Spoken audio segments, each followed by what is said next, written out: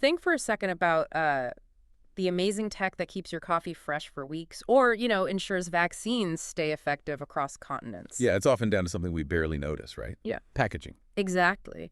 And today we're diving deep into a really, really significant part of that world, the global high barrier packaging films market. We're talking about those specialized films, often multi-layered. You see them everywhere. Food pouches, pharmaceutical blister packs. Right. And these aren't just, basic plastic wraps. They're engineered, Yeah. really effective at blocking moisture, oxygen, even light, essential for shelf life and keeping the product intact. Yeah, forget cling film. This is sophisticated stuff. Combinations of materials, some with super thin metal layers, Little-ized films, yeah. others with multiple plastic types joined together, complex laminations, all vital. So what's inside stays exactly as it's supposed to. Your snacks, critical medicines, everything. So our goal here really is to break down a recent market report on this, pull out the key insights for you.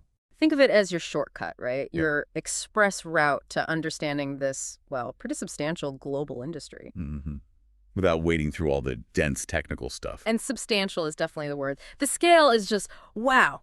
For 2025, the global market is estimated at, let me get this right, USD 35,241.8 million. 35.2 billion, roughly. Yeah, but get this, by 2033, it's projected to jump to USD 59,652.42 million. Almost 60 billion. That's growing at an average of 6.8% each year. So, okay, let's unpack what that growth really means. Well, that 6.8% CAGR, the compound annual growth rate, that's over the 2025 to 2033 forecast period.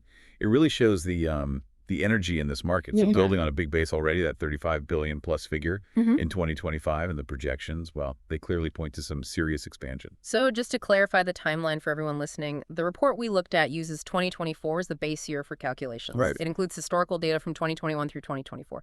This year, 2025 is the estimate point. The starting estimate, yeah. And the forecast goes out to 2033. Okay.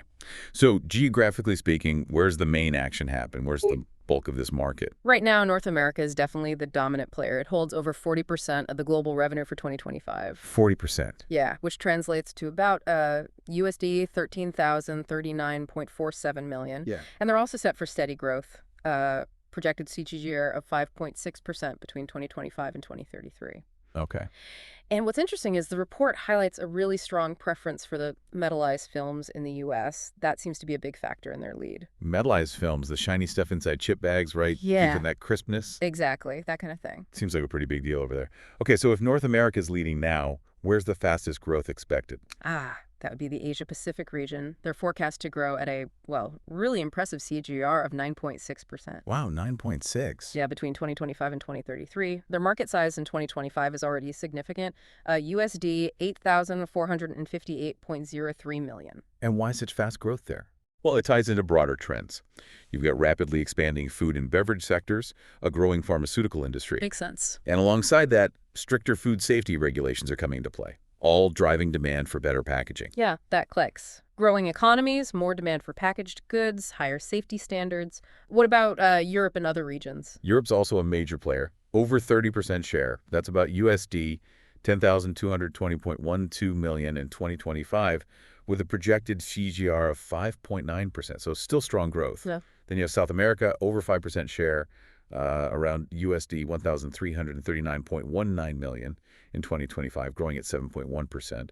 The Middle East is about 2% share, USD 1,409.67 million, but growing faster at 7.3%. Interesting. And Africa holds about 1% share, roughly USD 775.32 million in 2025, with a more modest growth rate of 3.0% CAGR. Fascinating how those growth rates vary. Did the report mention any specific, country-level drivers that stood out? It did touch on a few interesting points. For instance, in the UK, they're seeing growth partly because of adopting more advanced packaging tech. Germany is noted for its strong R&D focus in packaging.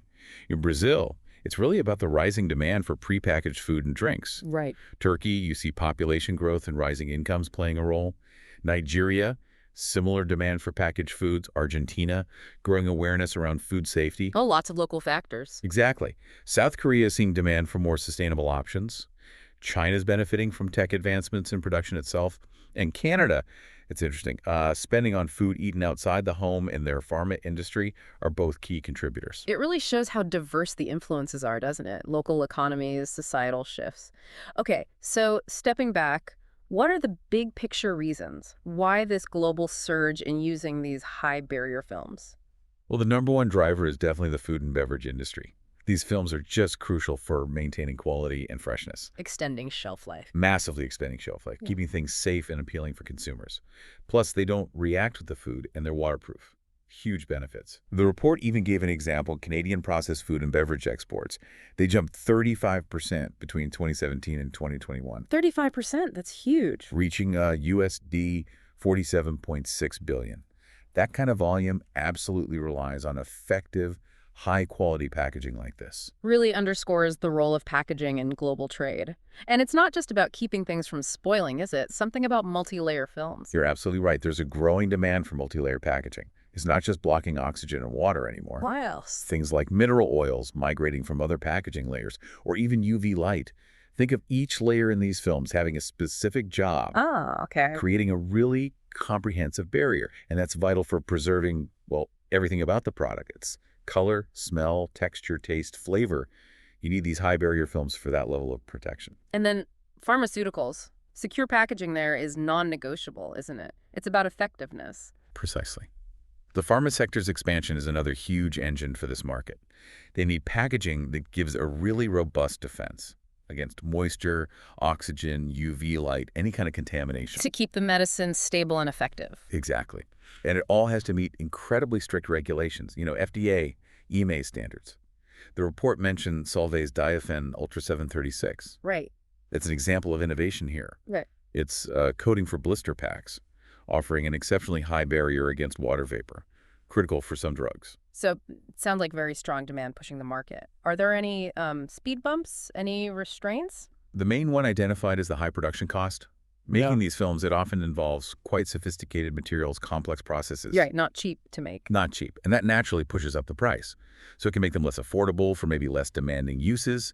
And it could potentially, discourage smaller companies or slow down some innovation because of the investment needed. That makes sense. High costs could limit adoption in some areas. Okay, looking ahead then. What key trends are shaping the future of this market? One really clear trend is a rising demand specifically from the pharmaceutical and medical device sectors. Like we said, product sensitivity, strict rules, it all points to needing better barrier films. Definitely. And just thinking anecdotally, it feels like everything is prepackaged now when you go shopping for food. That's the other huge trend, a really significant consumer shift away from unpackaged foods towards packaged ones. Why is that happening so much? Several things feeding into it, more focus on hygiene, food safety concerns, plus just convenience for busy lifestyles, especially in cities. And online grocery shopping. Absolutely. The growth of online groceries requires packaging that lasts longer and protects products during delivery. The report actually noted Amcor invested in a new laminator recently. Oh, yeah. Specifically to develop more advanced multi-layer products. That's a direct response to this growing demand. It's all connected, isn't it? How we live, how we shop. It directly impacts packaging needs. Okay, let's talk materials. What are these films actually made of? Polyethylene, or PE, holds the biggest market share right now. It's popular because it's great at blocking moisture, it's flexible, and relatively cost-effective. So ideal for a lot of food packaging. Exactly. Very common. PE. That's like many everyday plastic bags, right? What else is key? Then there's BOPET. That stands for biaxially oriented polyethylene terephthalate. Bit of a mouthful. Huh, yeah. What does biaxially oriented mean? It just means the film is stretched in two directions when it's made.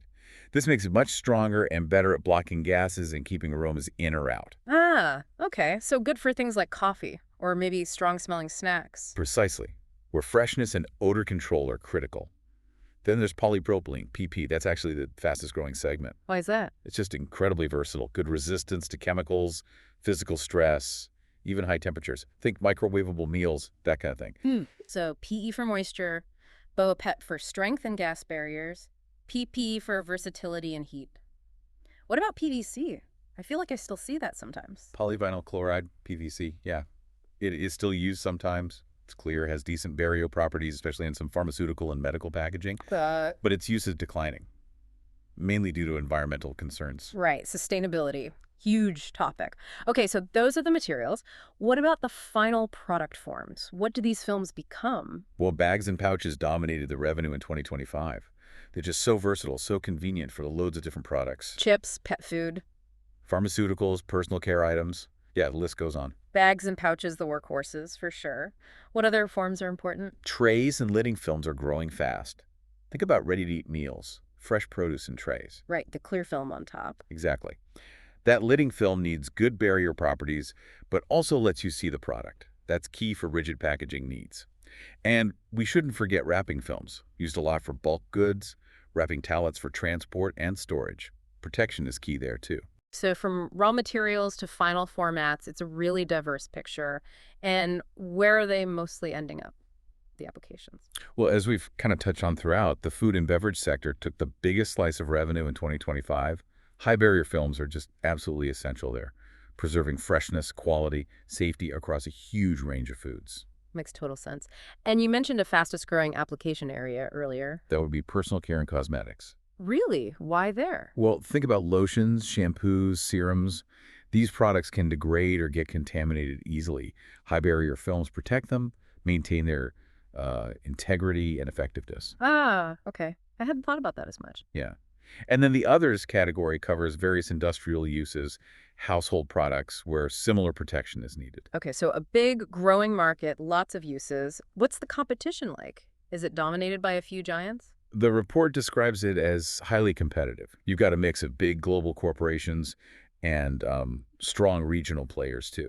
Companies like Huhtamaki, Jindal Polyfilms, Uflex, Cosmo Films, Bischoff& Klein, they're major contenders. They usually have broad product ranges, good distribution networks, and they're constantly innovating. Sounds dynamic. Any recent examples of that innovation? Did the report mention specifics? It did highlight a few recent things. Uflex, just in April 2024, launched some new high-barrier films focusing on both protection and sustainability. Ah, sustainability again. Exactly. And Toppin introduced a recyclable high-barrier film back in March 2024. Amcor also launched one in December 2023. So definitely a trend towards greener options. Clearly, it shows that sustainability is becoming a key battleground for innovation and competition in this industry. The report listed quite a few other companies too, didn't it? It seemed like a long list. It's pretty extensive, yeah. Includes other major names like Amcor itself, Sealed Air, Glenroy, Winpac, Mondi, Torrey Plastics, Sure, Flexible, many others. It really paints a picture of a busy, competitive global market. Okay, so to try and wrap this all up, we've covered a lot of ground in this deep dive on high barrier packaging films. What are the absolute key takeaways for you? What should listeners really remember? Okay, first off, just the sheer size of this market and that strong projected growth. It's significant. Second, those regional dynamics, North America leads now, but Asia Pacific is growing incredibly fast. Right. Third, the core drivers. That fundamental need in food and beverage for quality and safety, plus the strict requirements of the pharmaceutical industry. Fourth, don't forget how our own changing habits, the shift to packaged goods, are fueling demand. Good point. And finally, just remembering that the specific materials use PE, BioPET PP, and the product formats like pouches or lidding films, they all really shape how this market works and evolves. Lots to digest there. Okay, final thought then. Here's something for you, the listener, to chew on. With this huge focus now on sustainability from everyone, it seems, consumers, regulators, how might the development of truly biodegradable or easily recyclable high-barrier films really shake up this multi-billion-dollar market in the next few years? That's the big question, isn't it? Definitely something to keep an eye on. Thanks for joining us for this deep dive.